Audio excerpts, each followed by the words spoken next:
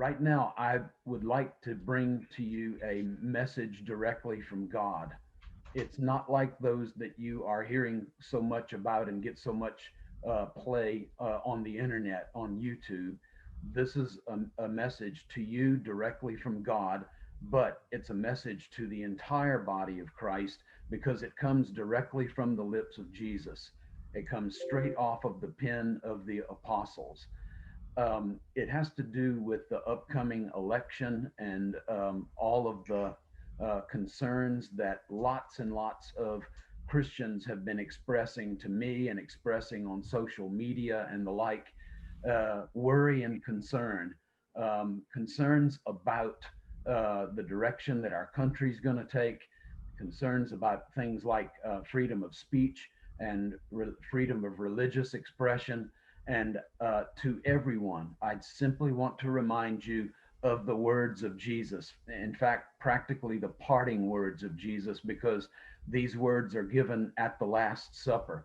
Jesus says in John 14:27, "My peace I give to you, not the peace that the world gives, but my peace." That's that deep, abiding sense that everything is right, God's in control. Our times, I think we need to just step back and just take a perspectival look. Our times are not all that unique. There have always been challenges, and challenges just like the ones that we face today: social upheaval, economic concerns, and those sorts of things. Those of you who have lived a few days know that these are not unique times. And yet, times like these are exactly what must have been on the mind of Peter when he wrote the book of First Peter. It's a book that was written to Christians in a time of persecution. We can tell that by the contents of the book. This book was written in challenging times.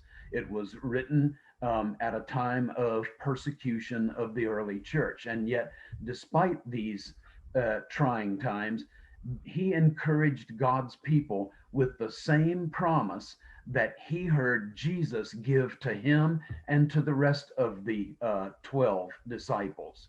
He says in First Peter chapter 1 verse 2, "May grace and peace be yours in the fullest measure."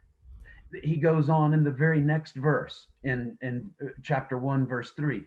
He says, "We've been born again to a living hope." So peace without measure and a living hope, but that comes not through the stock market and not through an election, not through Wall Street, not through what's going on in the White House or in Congress, but it says we've been born again to a living hope through the resurrection of Jesus from the dead. By the way, we just got finished a series that concluded with a study of resurrection and focused on Jesus' bodily resurrection from the dead. Peter goes on to say in verse 6, this is all First Peter chapter 1. In verse 6, he says, "In this we can greatly rejoice." What is that? That peace in the fullest measure, that living hope that we have through the resurrection of Jesus Christ from the dead. We can greatly rejoice in this, even though now, for a little while, if necessary, you've been distressed by various trials, so that the proving of your faith, being more precious than gold, which is perishable, even though tested by fire, uh, may redound to be found to result in praise and glory and honor at the revelation of Jesus. So we can rejoice even now in times of difficulty because we have this hope. We have this standing in God.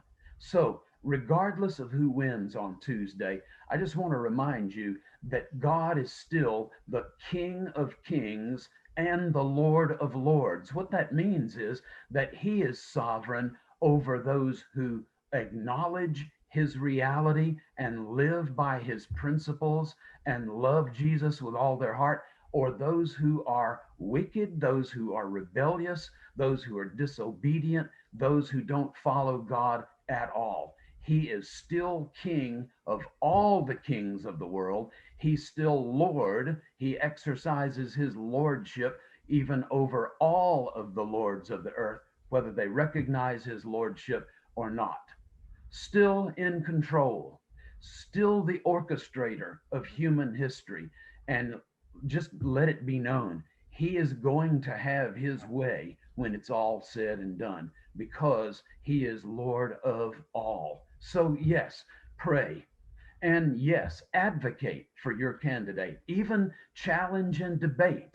And by all means, go out and exercise your ability to vote. But before and after the election, and regardless of who wins, rest in his peace if he is your child.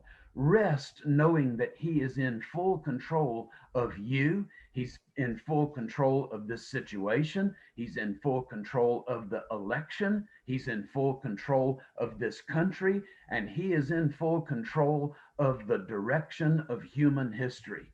So continue to live and to act as the people of God.